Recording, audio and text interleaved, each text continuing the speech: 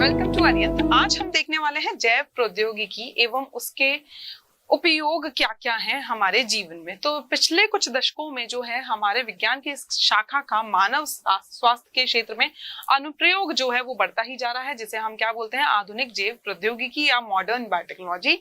और डीएनए के बारे में विशिष्ट जानकारियों के प्राप्त होने के पश्चात सन 1970 के दौरान प्रयोगशाला में डीएनए के एक खंड का जो है एक जीव से दूसरे जीव के डीएनए के साथ संकरण हो सका, जिसके परिणाम स्वरूप पुनर्संयोजित या पुनर्योगज डीएनए, रिकॉम्बिनेंट डीएनए जो है उसकी प्राप्ति संभव हुई। सन 1973 में डॉक्टर हरगोविंद खुराना द्वारा कृत्रिम जीन संश्लेषण करने के पश्चात इस क्षेत्र में अभूतपूर्व संभावना के द्वार जो है वो खुलने लगे हैं। चलिए, औद्योगिकी स्तर पर जैव प्रौद्योगिकी 3 विवेचनात्मक अनुसंधान क्षेत्र हैं। जैव उत्प्रेरक, एंजाइम, उन्नत जीवों, तो एंजाइम बनाने का जो काम है या शुद्ध एंजाइम के रूप में सर्वोत्तम उत्प्रेरक का निर्माण करना। दूसरा, अनुकूलतम दशाएं जो होती है, अनुकूलतम दशाएं एंजाइम के कार्य हेतु जैव प्रौद्योगिकी द्वारा सर्वोत्तम परिस्थितियों का निर्माण करना। और अधोगामी प्रक्रियाएं, इसमें उत्पादों, प्रोटीन, कार्बनिक यौगिकों की शुद्धता व पुनः प्राप्ति में उपयोग करना।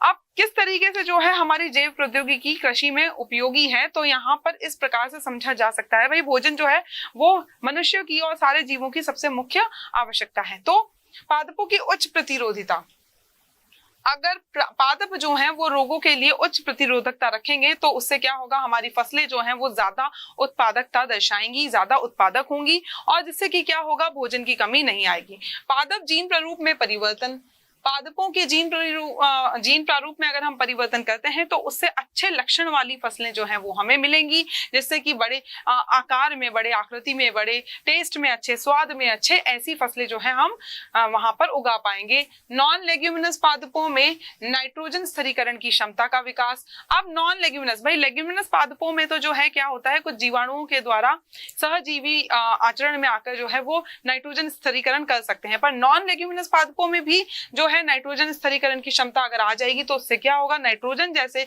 जो हमारे पदार्थ हैं, खनिज पदार्थ, उनकी कमी कभी नहीं आएगी, जिसकी वजह से फसल जो है वो अच्छे से उगेगी। उसके बाद में पारजीनी या जीएम फसलें। पारजीनी मतलब या जीएम फसलें का मतलब होता है ट्रांसजेनिक और जेनेटिकली मॉडिफाइड क्रॉप्स, जिनको हमने जीन प्रारूपिक तौर पर जो है रूपांतरित किया है। तो ऐसी क्रॉप जो होंगी उनमें ज्यादा प्रतिरोधकता होगी रोगजनक जीवाणुओं के लिए, रोगजनक जो हमारे जीव होते हैं उनके लिए, रोगों से मुक्त रहेंगी और उत्पादकता जो है वो बढ़ाएंगी। अनुवांशिकीय रूपांतरित जीव। अब जेनेटिकली मॉडिफाइड ऑर्गेनिजम्स की अगर हम बात करते हैं तो सबसे पहले हरित क्रांति की बात आती है, और इसमें जो है गेहूं और हमारे जो अनाज जो है, गेहूं और धान जिसकी हम बात करते हैं, उनकी फसलों में 3 गुना वृद्धि हुई थी, और उसी साल को, उसी जो समय अवधि को बोला गया था हरित क्रांति।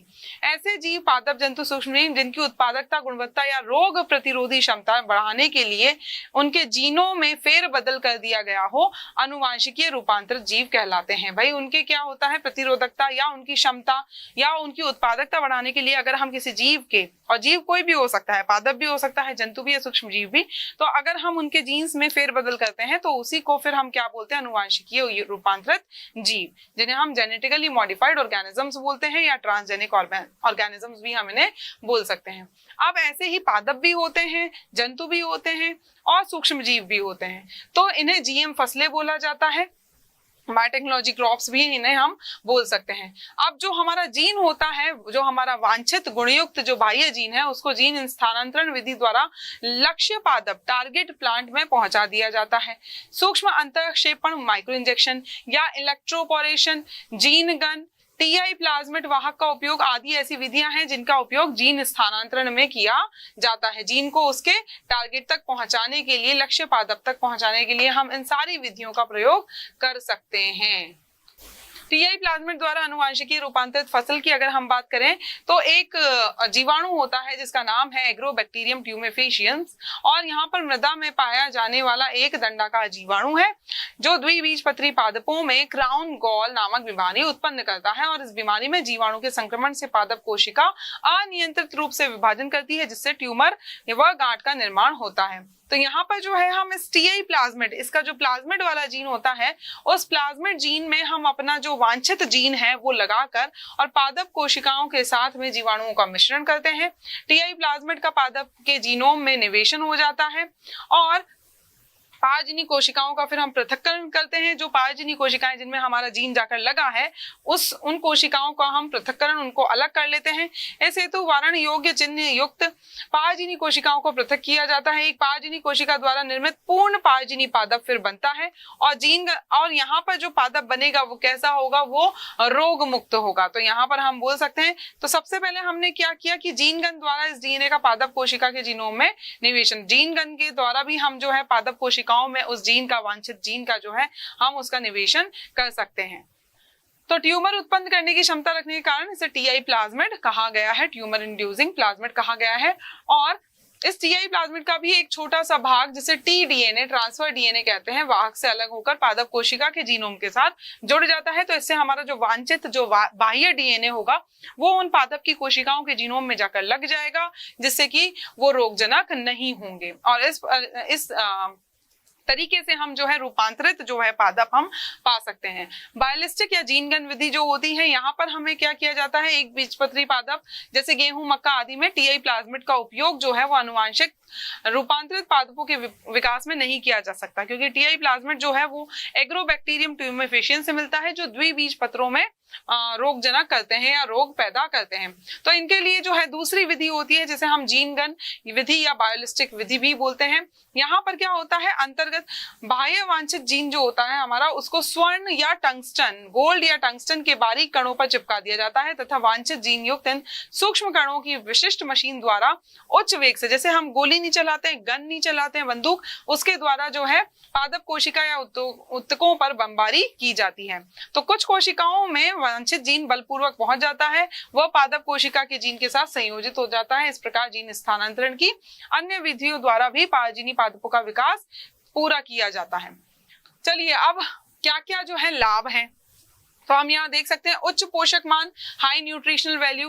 भाई आपको जो है प्रोटीन ज्यादा चाहिए अपनी फसल में, अपने खाने में, अपने खाद्य पदार्थ में आपको विटामिन ज्यादा चाहिए, आपको कोई पर्टिकुलर जो है पदार्थ ज्यादा चाहिए, कोई पोषक तत्व ज्यादा चाहिए, तो उसको बढ़ाने के लिए, उच्च पोषक मान करने के लिए भी जो है हम लोग क्या करते हैं, रूपांतरित करते हैं, जो जैव प्रौद्योगिकी का उपयोग करते हैं। दूसरी बात आती है कि कीट प्रतिरोधकता। भाई हम लोग जो है अपनी फसलों में कीट प्रतिरोधकता को बढ़ाना चाहते हैं ताकि उनमें कोई रोग ना लगे, उनको कीट जो है वो नुकसान ना पहुंचा पाए और उत्पादकता कम ना कर पाए। तो ये जो नुकसान करते हैं कीट, वो 5 से 80% हो सकता है और इसीलिए जो है इनसे बचाना काफी ज्यादा जरूरी हो जाता है। तो यहाँ पर हम जैसे बात करें कि कुछ जीवाणु होते हैं जैसे बैसिलस thuringiensis बीटी, यह जो है एक प्रोटीन, आविश प्रोटीन जो है उसका संश्लेषण करते हैं, जो टॉक्सिन प्रोटीन होता है, जो काफी ज्यादा विषैला होता है। और इस प्रोटीन को जो है हम पादपों में जो है भेज सकते हैं, इसका जीन जो है हम पादपों में लगाकर ऐसे पादप जो है वो उनका उत्पादन कर सकते हैं जो कि रोगों से मुक्त हो, प्रतिरोधी किस्में जो होंगी, जैसे कि आपका बीटी कॉटन। अब हमने क्या किया, कपास के पादप में जो है इसके प्रोटीन को जो है, इसके प्रोटीन के जीन को जो है वहां पर जीनोम में उसके लगाया है, जिससे कि क्या हुआ, हमें रूपांतरित कपास का पादप मिला, जिसे हमने क्या नाम दे दिया, बीटी कपास। ऐसे ही बीटी तंबाकू के नाम से जानी जाती है। गुणवत्ता में सुधार। अब गुणवत्ता में सुधार के लिए भी हम जैव प्रौद्योगिकी का उपयोग करते हैं। सनबीन नामक विशिष्ट पादप का विकास फ्रेंच बीन तथा सूरजमुखी के जीन को संयोजित करके किया गया है, जहां पर दोनों ही आपकी फसलों की जो विशिष्टताएं हैं वो एक ही पादप में आपको मिलेगी, एक ही फसल में आपको मिलेगी। इसी प्रकार गेहूं में अच्छी बेकिंग गुणवत्ता व जौ में माल्टिंग गुणवत्ता के लक्षण को विकसित किया गया है। तो अलग अलग जो है गुणवत्ता को सुधारने के लिए भी हम जो है जैव प्रौद्योगिकी का उपयोग करते हैं। फिर शाकनाशी प्रतिरोधकता। शाकनाशी प्रतिरोधकता की अगर हम बात करते हैं तो हर्बिसाइड रेजिस्टेंस। हर्बिसाइड्स मतलब कि जिनमें हर्ब्स के लिए रेजिस्टेंस हो, जैसे तंबाकू की एक जीएम किस्म में एरेबिडोप्सिस नामक पादप से प्राप्त एसिटोलेट सिंथेटेज जीन को निवेशित किया गया है। जीन के कारण पादपों में सल्फोनिल यूरिया नामक शाकनाशी के प्रति प्रतिरोधकता जो है वो विकसित हो जाती है। तो जब हम छिड़कते हैं, जब हम शाकनाशी जो होती है उसके लिए जब हम दवाई छिड़कते हैं खेतों में, तो सिर्फ जो शाक होंगी हमारी, जो हर्ब्स होंगे, सिर्फ वही जो है खत्म होंगे। हमारी खुद की जो मेन फसल है, जो मुख्य फसल है, जिसको हम बिल्कुल भी नुकसान नहीं पहुंचाना चाहते हैं, वो बिल्कुल भी खत्म नहीं होगी, वो उससे प्रभावित नहीं होगी। तो ये शाकनाशी सूत्रकृमिनाशी प्रतिरोधकता की वजह से होगा, पीड़क प्रतिरोधकता, पेस्ट के लिए प्रतिरोधकता। अब बहुत सारे पीड़क जो होते हैं वो उग जाते हैं हमारी फसलों के साथ साथ खेतों में, तो उनको हटाने के लिए हम फिर वापस दवाई छिड़कते हैं, जिससे कि हमारी जो मुख्य फसल है वो भी खराब होती है। तो उसके लिए भी हमने प्रतिरोधकता का इंतजाम किया है। भाई कैसे? आरएनए अंतक्षेप विधि द्वारा तंबाकू के पादपों की जड़ों को संक्रमित करने वाले सूत्रकृमि मेलिडोगाइनी इनकॉग्निशिया नामक पीड़क के प्रति प्रतिरोधकता प्रदान की है। एग्रोबैक्टीरियम संवाहक का उपयोग करके सूत्रकृमि के विशिष्ट जीनों को पादप में प्रविष्ट कराया गया है। इस कारण पारजीनी पादपों की पीड़कों से सुरक्षा होती है। फिर रोग प्रतिरोधकता, जिसके बारे में हम बता ही चुके हैं कि भाई रोगों से प्रतिरोधकता भी हमने क्षमता बढ़ाई है पादपों में अलग अलग जीन द्वारा।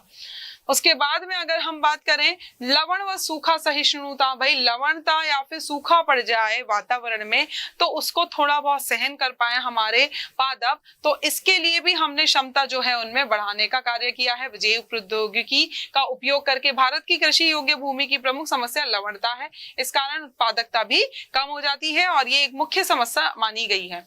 तो यहाँ पर जो है कोशिका संवर्धन द्वारा अधिक लवणता व सूखा सहने वाली किस्मों का विकास किया गया है, जैसे टमाटर हो गए। टर्मिनेटर जीन की मदद से हम क्या कर सकते हैं? आनुवांशिक रूपांतरित पादप बनाने वाली कंपनियां टर्मिनेटर तकनीक का प्रयोग करती हैं। इस तकनीक के कारण जीएम फसलों को एक बार उगाने के पश्चात उनसे प्राप्त बीजों को पुनः नहीं उगाया जा सकता है, क्योंकि टर्मिनेटर जीन के प्रभाव में ये बीज बंदे स्टेराइल होते हैं। इस कारण किसानों को प्रतिवर्ष जो है नए बीज खरीदने होंगे। भारत व ब्राजील में इस तकनीक के विरोध में बिल पारित किया जा चुका है। जैव औषधियों का उत्पादन, भाई प्रोडक्शन ऑफ बायोफार्मास्यूटिकल, औषधियां जो है वो बहुत महत्वपूर्ण होती है। तो जैव औषधियां, अगर कोई जीव से हमें औषधि मिल रही है, उसके किसी रसायन से हमें औषधि मिल रही है, तो हम क्या करते हैं? उन रसायन पदार्थों के लिए उन जीवों का जो है वृद्धि जो है हम करवाते हैं और इसीलिए को बोलते हैं जैव औषधियों का उत्पादन। तो इस कार्य के लिए वांछित जीन को पादपों में प्रविष्ट कराकर वांछित प्रोटीन प्राप्त किया जाता है और इस तकनीक को आणविक खेती या मॉलिक्यूलर फार्मिंग भी हम कहते हैं।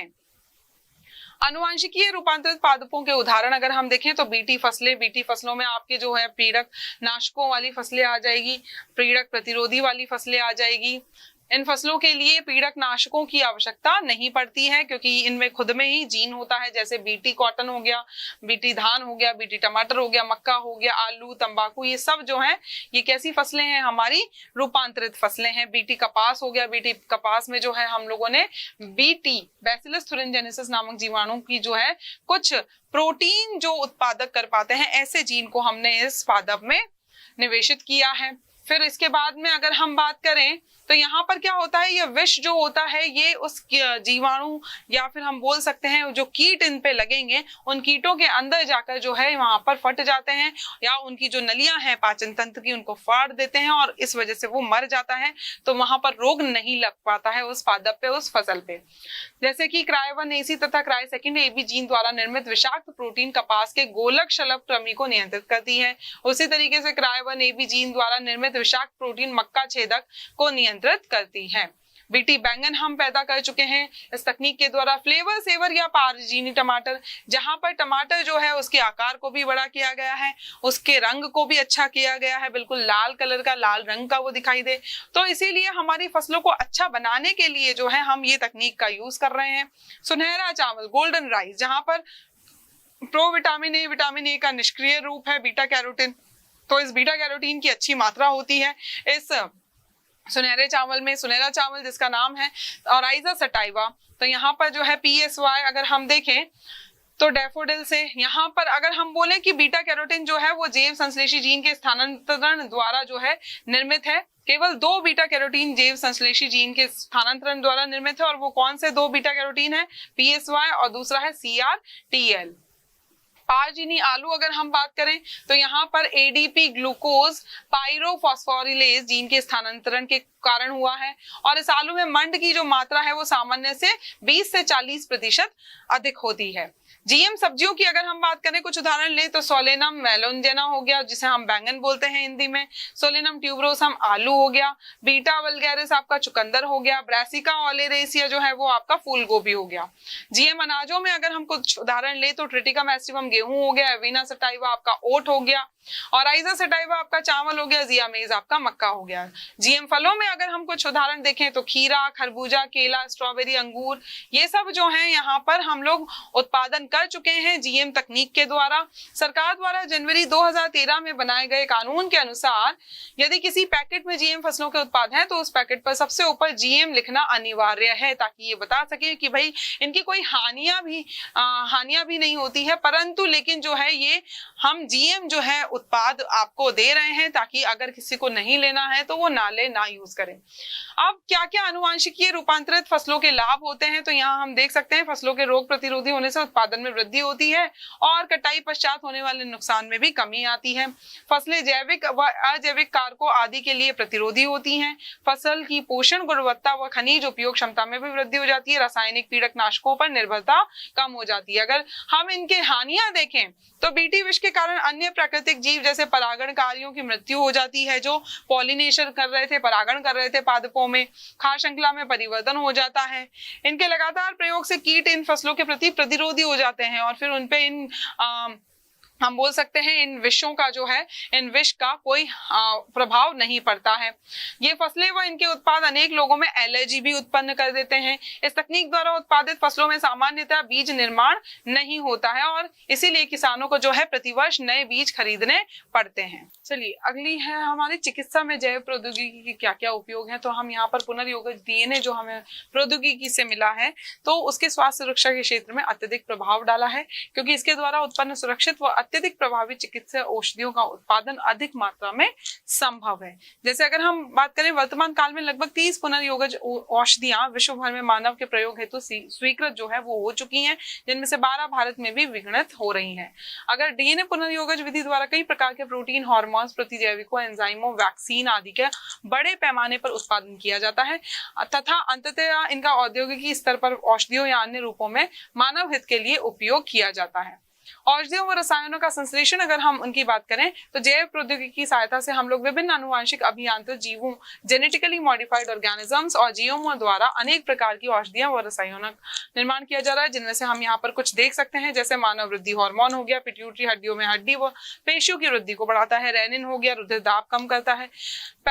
परगेस हो गया, जैसे लिम्फोब्लास्टिक ल्यूकेमिया का उपचार करता है, जो एक टाइप का कैंसर है, ब्लड कैंसर। रिलैक्सिन हो गया, शिशु जन्म में सहायक होता है। कैल्सिटोनिन ऑस्टियोमेलेसिया का उपचार करता है, जो हमारी हड्डी से जुड़ी हुई एक रोग है। तो यहाँ पर अलग अलग औषधियां हैं जो हम देख चुके हैं और इनका अलग अलग तरीके से जो है उपयोग किया जा रहा है।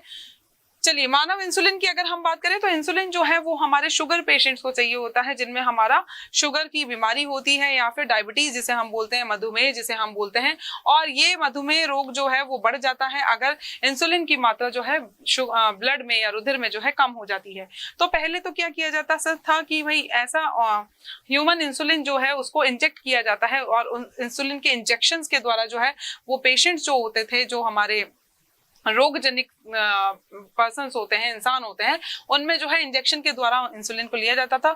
तो अब इंसुलिन को प्रकार किया जाता है। तो यहाँ पर टाइप 1 और टाइप 2 दो प्रकार के मधुमेह होते हैं और उनके लिए जो है इंसुलिन बनाया जाता है, ताकि ये इंसुलिन क्या है, ये एक हमारा जो है हार्मोन है जिसकी कमी की वजह से ही मधुमेह बीमारी यहाँ पर होती है। तो सामान्यतः ये रोग मोटे व्यक्तियों में पाया जाता है। इस अवस्था में इन व्यक्तियों में इंसुलिन कम बनता है या बनता ही नहीं है, इसका स्रावन जो है वो बंद हो जाता है। तो परंतु अधिक आवश्यक होने पर इंसुलिन के इंजेक्शन भी दिए जाते हैं। इस रोग की भयावहता को खान पान पर नियंत्रण, नियमित व्यायाम आदि से नियंत्रित किया जा सकता है। तो सर्वप्रथम सन 1916 में एडवर्ड शेफर ने इंसुलिन की खोज की थी और प्रारंभ में मधुमेह रोगी के उपचार हेतु इंसुलिन सुअर तथा गायों से प्राप्त की जाती थी, लेकिन फिर बाद में इनका जो है एलर्जियां उत्पन्न होने लगी और इसीलिए इसे बंद कर दिया गया। फिर इंसुलिन की संरचना की जाने लगी। सन 1955 में फ्रेडरिक सेंगर ने पता लगाया कि गाय के अग्नाशय से प्राप्त इंसुलिन के अणु में 2 पॉलीपेप्टाइड श्रृंखलाएं अल्फा और बीटा होती हैं। श्रृंखला ए में 21 अमीनो अम्ल और श्रृंखला बी में 30 अमीनो अम्ल होते हैं और ये आपस में डाइसल्फाइड बंधों से जुड़ी होती है। तो यहाँ पर मानव सहित स्तनधारियों में इंसुलिन प्राक हार्मोन के रूप में संश्लेषित होता है, जिसमें एक अतिरिक्त श्रृंखला होती है जिसे पेप्टाइड श्रृंखला सी कहते हैं और परिपक्वता के दौरान इस सी श्रृंखला को पृथक किया जाता है या ये पृथक हो जाती है और जिससे परिपक्व इंसुलिन जिसमें 23 अमीनो अम्ल युक्त सी पेप्टाइड नहीं होता है। तो एफ सेंगर को जो है इस खोज के लिए 1958 में नोबेल पुरस्कार से सम्मानित किया गया था। तो यहाँ हम देख सकते हैं ये है प्राक इंसुलिन, जिसमें हमारी जो है सी पेप्टाइड भी है। फिर जब ये इंसुलिन जो है ये आपका सी पेप्टाइड से पृथक हो गया तो ये हमारा परिपक्व इंसुलिन बन चुका है। इंसुलिन का संश्लेषण 1982 में मधुमेह के रोगियों के लिए मानव इंसुलिन का सफल उत्पादन किया गया। एली लिली नामक एक अमेरिकन औषधि निर्माण कंपनी ने 5 जुलाई 1983 को 2 डीएनए अनुक्रमों को तैयार किया जो मानव इंसुलिन की श्रृंखला ए व बी के समान थे और इन्हें आनुवांशिक अभियांत्रिकी या पुनर्योगज डीएनए तकनीक का उपयोग करके ई कोलाई जीवाणु में स्थानांतरित करके इंसुलिन श्रृंखलाएं प्राप्त की और इसी को हम क्या बोलते हैं, ह्यूमिलिन या मानव इंसुलिन भी कहा गया। मानव इंसुलिन के संश्लेषण की विधि हमने देख ली है यहाँ पर। तो इस तरीके से जो है मानव इंसुलिन की उत्पादन से जो है बहुत ज्यादा फायदा हुआ है, हमें बहुत ज्यादा लाभ हुआ है। तो यहाँ पर हम देख सकते हैं ये मानव कोशिका है और ये हमारा इकोला है जो एक जीवाणु है, जीवाणु का गुणसूत्र, और ये उनका प्लाज्मिड को हमने निकाल लिया। प्रतिबंधन एंजाइम यहाँ पर हमने जो है ये इंसुलिन का जो जीन होता है मानव कोशिका में उस जीन को यहाँ पर लगाया है, निवेशित किया है और यहाँ पर देख सकते हैं हम प्लाज्मिड रहित ई कोलाई है। तो प्लाज्मिड रहित ई कोलाई को हमने लिया और वहां पर पुनर्योगज डीएनए जिसमें हमारा इंसुलिन का जीन है उसको डाल दिया है। किण्वक में अभियांत्रिक जीवाणुओं के पुंज क्लोन बनाए गए, उनकी कॉपीज बनाई गई और पुनर्योगज इंसुलिन जो है उससे प्राप्त किया गया, उसका उत्पादन किया गया। टीका उत्पादन, बहुत सारे टीके हैं जो आजकल अलग अलग बीमारियों के लिए आए जा रहे हैं और इन टीकों से ये फायदा होता है कि अगर आप ये मतलब हर टीके को जो है अगर जीवन में एक निश्चित अवधि के समय पर लगवाना होता है जिससे कि आप जीवन भर उस बीमारी से ग्रसित ना हो। तो यहाँ पर जो है अगर हम बात करें तो बहुत सारे टीकों की खोज जो है एडवर्ड जेनर ने की थी और लेकिन रोगजनक को दुर्बल या अक्रिय करने की तकनीक को लुईस पाश्चर द्वारा खोजा गया था। तो यहाँ पर टीकों का हमारे जो रोग हैं उनको नियंत्रण करने में काफी महत्वपूर्ण भूमिका है और पुनर्योगज तकनीक द्वारा हेपेटाइटिस बी, हर्पेज, इन्फ्लुएंजा, काली खांसी, मेनिंजाइटिस आदि रोगों के टीकों का उत्पादन किया जा रहा है जो काफी बड़ी बड़ी बीमारियां हैं और जिनसे काफी लोग जो है वो मर चुके हैं। अनुवांशिकी वैज्ञानिक विभिन्न घातक रोगों जैसे एड्स आदि का टीका तैयार करने हेतु प्रयासरत हैं। इन टीकों को मानव पर उपयोग करने से पहले किसी पारजीवी जंतु पर इसके प्रभाव का अध्ययन किया जाता है और फिर इसे मानवों पे उपयोग किया जाता है। जैव प्रौद्योगिकी द्वारा विकसित पुनर्योगज टीके को द्वितीय पीढ़ी टीका, सेकेंड जनरेशन वैक्सीन भी कहते हैं। उदाहरण के तौर पे अगर हम देखें तो तृतीय पीढ़ी के टीके संश्लेषित टीके होते हैं। उदाहरण फिनाइल ल्यूकेमिया विषाणु तथा पैर व मुंह के रोग के विषाणु के लिए टीके। चलिए यहाँ पर हम देख सकते हैं कि डीएनए आरएनए हेपेटाइटिस बी विषाणु का जो है डीएनए आरएनए जो उनका डीएनए मटेरियल है वो हमने यहाँ पर लिया है। फिर उसके बाद उसका जीन यहाँ पर हमने ले लिया। फिर उसके बाद में हमने उसके पुनर्योगज डीएनए बनाया। पुनर्योगज डीएनए बनाने के बाद में हमने क्या किया है, इसको ईस्ट कोशिका में डाला। ईस्ट कोशिका में जो है इसका उत्पादन किया गया है और फिर उसके बाद में हेपेटाइटिस का हमने वैक्सीन या फिर जो टीका है वो तैयार किया है। तो वैक्सीन इन बीमारियों के लिए वैक्सीन जो है हम उपलब्ध कर चुके हैं, हम बना चुके हैं, जैसे hepatitis A, B, herpes simplex विषाणु, डेंगू वायरस के लिए। अब जीनी अभियांत्रिक खाद्य पदार्थों से उत्पन्न टीके, edible vaccine from genetically engineered food products. तो इनमें हम क्या करेंगे कि जैव प्रौद्योगिकी की सहायता से ऐसे फल व सब्जियों का उत्पादन किया जा रहा है जो शरीर में टीके की खुराक पहुंचाने हेतु वाहन का कार्य कर रहे हैं और इन्हीं को हम क्या बोल रहे हैं, खाने योग्य पादप टीके। जैसे कि नाम हेपेटाइटिस बी का टीका हो गया और इसके विषाणु से यकृत कैंसर होता है, इसका प्रतिजन विषाणु की सतह पर पाया जाता है। तो यहाँ पर कुछ ऐसी भी सब्जियां, कुछ ऐसे भी पदार्थ जो है हम उत्पादित कर रहे हैं जिनको हम अपने शरीर में खाकर जो है ले सकते हैं, जिनके द्वारा और जो वाहक का काम करेंगे, जो हमारे लिए टीके जो है वो पहुंचाएंगे हमारे शरीर के अंदर। तो आलू के ऊतक में एकत्रित होता रहता है यहाँ पर इसका हेपेटाइटिस बी के जो सतही जीन होते हैं या जो हेपेटाइटिस बी के जो जीन होते हैं और इस तरीके से जो है ये नुकसान पहुंचाते हैं बीमारी करके। जीन चिकित्सा, जीन थेरेपी की अगर हम बात करें तो इस नई विधि की खोज सन 1992 में इटली तथा अमेरिका के वैज्ञानिकों ने आनुवांशिक रोगों के नियंत्रण हेतु की थी। जीन थेरेपी में क्या किया जाता है भाई, जीन्स जो है, जो खराब जीन है उनको हटाकर और अच्छा जीन, जो सही जीन है उसको लगाया जाता है और इसी को हम बोलते हैं जीन थेरेपी। अगर हम इसकी बात करें तो यहाँ पर 2 स्तरों पर उपयोग किया जाता है इस विधियों का। तो यहाँ पर भ्रूण उपचार और रोगी उपचार। भ्रूण उपचार की भाई भ्रूण में अगर कोई बीमारी है अनुवांशिकता तौर पर तो वो भी परिवर्तित हो जाती है और रोगी उपचार अगर कोई रोगी है तो उसको भी बीमारी से सही किया जा सकता है। यहाँ पर जो है इसी को बोलते हैं हम जीन थेरेपी। जीन चिकित्सा का उपयोग, अब एप्लीकेशन क्या क्या है जीन थेरेपी के, तो यहाँ पर अगर हम बात करें तो जीन उपचार का प्रयोग औषधि वितरण तंत्र के रूप में किया जाता है। जीनी शल्य चिकित्सा के द्वारा भ्रूण में प्रारंभिक स्थिति में ही आनुवांशिक दुर्बलता एवं दोषों की खोज करके उसके डीएनए में उपयुक्त परिवर्तन किया जाता है। इस प्रकार आनुवांशिक लक्षणों में सुधार करने की विधि को यूफेनिक्स कहते हैं। चलिए, जीन चिकित्सा द्वारा निम्न रोग उपचारित किए जाते हैं। सिस्टिक फाइब्रोसिस हो गया हमारा, जो कि एक तरीके से हम बोल सकते हैं जेनेटिकल डिसऑर्डर है। उसके बाद में अगर हम बात करें गंभीर संयुक्त प्रतिरक्षा न्यूनता रोग, severe combined immuno deficiency disease, जहां पर हमारी जो प्रतिरोधकता की कोशिकाएं हैं वो कम हो जाती है। जैसे कि यहाँ पर एक प्रतिरक्षा तंत्र को प्रभावित करने वाला दुर्लभ रोग है, इसको बबल बेबी सिंड्रोम के नाम से भी जाना जाता है। ये रोग एक्स गुणसूत्र पर उपस्थित एक जीन जो एंजाइम एडिनोसिन डीएमिनेज के संश्लेषण हेतु उत्तरदायी होता है में उत्परिवर्तन के कारण होता है। यह एंजाइम प्रतिरक्षा तंत्र के सफल कार्यान्वयन हेतु अत्यंत आवश्यक होता है, इसलिए SCID से ग्रसित जन्मे शिशुओं में प्रतिरक्षा तंत्र जो है वो उपस्थित नहीं होता है, तो वो सारी बीमारियों से ग्रसित हो जाते हैं। जीन चिकित्सा का प्रयोग सर्वप्रथम सन 1990 में एक 4 वर्षीय लड़की में एंजाइम एडिनोसिन डीएमिनेज की न्यूनता अभाव को दूर करने के लिए किया गया था और इसके उपचार हेतु सामान्य जीन के आरएनए की अनुप्रति को रेट्रो विषाणु या अन्य किसी भी विषाणु वाहक में स्थानांतरित कर दिया जाता है और तत्पश्चात रोगी की जो अस्थि मज्जा होती है बोन मैरो से कोशिकाओं को निकालकर उसमें विषाणु का संक्रमण कराते हैं तथा कोशिका का संवर्धन सेल कल्चर करते हैं। इस स्थिति में विषाणु के आरएनए जीनोम पर बना डीएनए प्रतिलेख पोषक कोशिकाओं के गुणसूत्रीय डीएनए में प्रवेश कर जाता है। इन कोशिकाओं को पुनः रोगी की अस्थि मज्जा में अंतःक्षेपित कर दिया जाता है। तो यहाँ पर हम बोल सकते हैं इस प्रकार रोगजनक विषाणुओं के आनुवांशिक पदार्थों में परिवर्तन करके कैंसर, एड्स जैसे घातक रोगों के विषाणु को रोगजनक होने से रोककर इन्हीं को रोगों के उपचार में सक्षम बनाया जा सकता है। तो ये देखिए, रेट्रो विषाणु में सामान्य युग्म विकल्पी का प्रवेश, फिर उसके बाद में विषाणु न्यूक्लिक अम्ल जो है वो देखिए आप, फिर रेट्रो विषाणु का मरीज के शरीर से पृथक व संवर्धित की गई अस्थि मज्जा कोशिकाओं पर संक्रमण, विषाणु डीएनए व सामान्य युग्म विकल्पी का गुणसूत्र में प्रवेश और मरीज की ये अस्थि मज्जा कोशिकाएं हैं, मरीज में कोशिकाओं का प्रवेश। फिर आता है आणविक निदान। किसी भी रोग के प्रभावकारी उपचार हेतु रोग की प्रारंभिक पहचान व रोग क्रिया विज्ञान का ज्ञान होना व उसे समझना अत्यंत आवश्यक है। तो उपचार के परंपरागत तरीकों रुधिर व मूत्र जांच जो हमने भी कभी ना कभी करवाई है हमने जीवन काल में, तो वो बहुत जरूरी होती है, जिससे पता चल जाता है कि भाई किस प्रकार की बीमारी है, किस प्रकार का रोग है। पॉलीमरेज श्रृंखला अभिक्रिया जो है, जिसमें हम लोग जब जीवाणु या विषाणु जो है उसकी संख्या कम होती है तो उसको बढ़ाने के लिए इस अभिक्रिया का हम प्रयोग करते हैं ताकि हम उसको अच्छे से जांच सकें, उसकी अच्छे से ज्ञान ले सकें। ब्लॉटिंग तकनीक यहाँ पर यूज करी जाती है, किसी विशेष डीएनए, आरएनए या प्रोटीन की पहचान हेतु जो है ब्लॉटिंग तकनीक का हम प्रयोग करते हैं।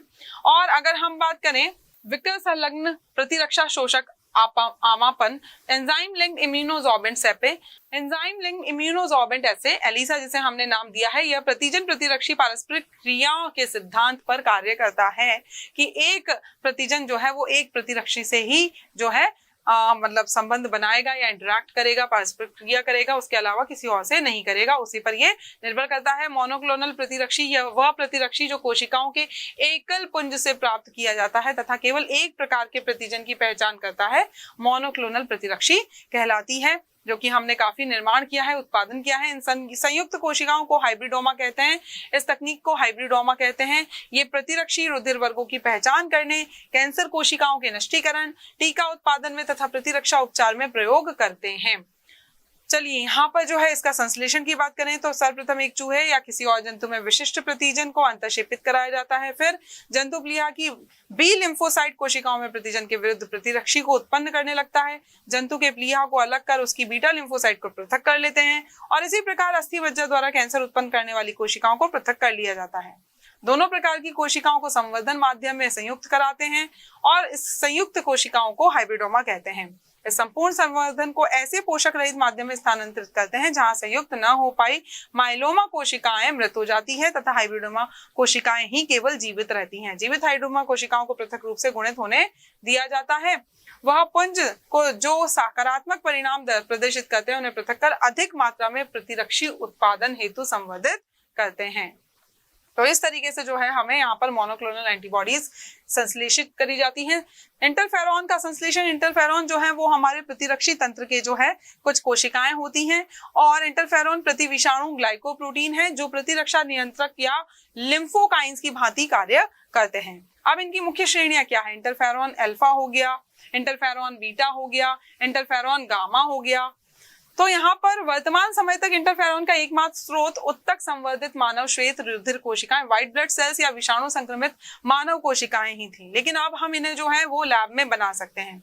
तो यहाँ पर जो है हम इसे इंटरफेरॉन जो जैसी कोशिकाओं को भी हम लैब में बना सकते हैं। स्टेम सेल या स्टेम कोशिका वो कोशिका है जो आपके शरीर के किसी भी अंग को जो है बना सकती है अपने विभाजन के द्वारा। पारजीवी जंतु की अगर हम बात करें तो बहुत सारे पारजीवी जंतु जो है उनका हम आजकल जैव प्रौद्योगिकी के उपयोग से जो है उनको हम बना रहे हैं ताकि हम जो है उन्हें यूज कर पाए। अद्वितीय खोज अनुवांशिक अभियांत्रिकी द्वारा मवेशियों को एक प्रसंस्करण इकाई के रूप में नियुक्त कर दिया गया है। तो यहाँ पर अलग अलग जैसे हम लोग उन पे अगर कोई अध्ययन करना चाहते हैं तो उसके लिए भी हमें जीव जंतुओं की आवश्यकता होती है, तो उसके लिए भी पारजीवी जंतुओं जो है उनका उत्पादन किया जा रहा है। जंतुओं में जीन स्थानांतरण निम्नलिखित उद्देश्यों के लिए किया जाता है। अनुवांशिक रोगों के उपचार में, जंतुओं द्वारा दुग्ध, मांस, ऊन आदि के उत्पादन में सुधार हेतु, अच्छे किस्म के प्रोटीन युक्त खाद्य पदार्थों को प्राप्त करने हेतु, जीनों की संरचना एवं कार्यों के अध्ययन हेतु, जीन चिकित्सा में उपयोग हेतु, टीके की सुरक्षा जांच हेतु और क्लोन के उत्पादन हेतु। अब पारजीवी जंतुओं को निम्न 3 विधियों द्वारा प्राप्त किया जा सकता है, या तो डीएनए सूक्ष्म इंजेक्शन, या रेट्रो विषाणु मध्यस्थीय जीन स्थानांतरण, या भ्रूणीय स्टेम कोशिका मध्यस्थीय जीन स्थानांतरण के द्वारा। तो इन तीनों विधियों के द्वारा हम जो है पारजीवी जंतु जो है उनको पैदा कर सकते हैं। पारजीवी चूहे हम लोग बहुत कर चुके हैं, ताकि क्योंकि चूहों पे हमारे सबसे ज्यादा जो है दवाइयों के, औषधियों के जो है वो जांच की जाती है मनुष्यों पे जांच करने से पहले या मनुष्यों पे ट्राई करने से पहले। पारजीवी गाय, इसके दुग्ध में मानव अल्फा लैक्टोल्ब्यूमिन मिलता है जो मानव शिशु हेतु अत्यधिक संतुलित पोषक तत्व है। पारजीवी सालमन मछली या खाद्य के रूप में उपयोग किए जाने वाले प्रथम पारजीवी जंतु है। तो इस तरीके से जो है हम बोल सकते हैं यहाँ पर पारजीवी जंतुओं के लाभ क्या क्या है। सामान्य शरीर क्रिया व विकास जो है वो होता है, वो देखने को मिलता है, उसका अध्ययन हम कर सकते हैं। जैसे इंसुलिन की तरह विकास कारक का अध्ययन, रोगों का अध्ययन हम कर सकते हैं यहाँ पर इन जंतुओं पे। जैविक उत्पाद जो है वो हम इनके द्वारा जो है इनमें जीन जो है निवेशित करके और हम उनसे उत्पाद जो है उत्पादन करवा सकते हैं। टीका एवं रासायनिक सुरक्षा परीक्षण हम इन पे कर सकते हैं। तो इस तरीके से बहुत सारे फायदे हैं हमें यहाँ पर पारजीवी जंतुओं के। औद्योगिक उपयोग अगर हम देखें तो पुराने समय में मनुष्य जो है वो दही, पनीर, सिरका, अल्कोहल, वाइन आदि बनाने हेतु जीवाणुओं का प्रयोग करता आ रहा है। अब यहाँ पर जो है हम ये अलग अलग तकनीक के द्वारा जो है ये सारी चीजें हम उपयोग उत्पादन जो है इनका कर सकते हैं। जैविक पदार्थों का औद्योगिक संश्लेषण अगर हम देखें तो जैसे हार्मोन्स आ गए आपके, वैक्सीन आ गए आपके, उसके बाद एंजाइम आ गए, इंटरफेरॉन्स आ गए।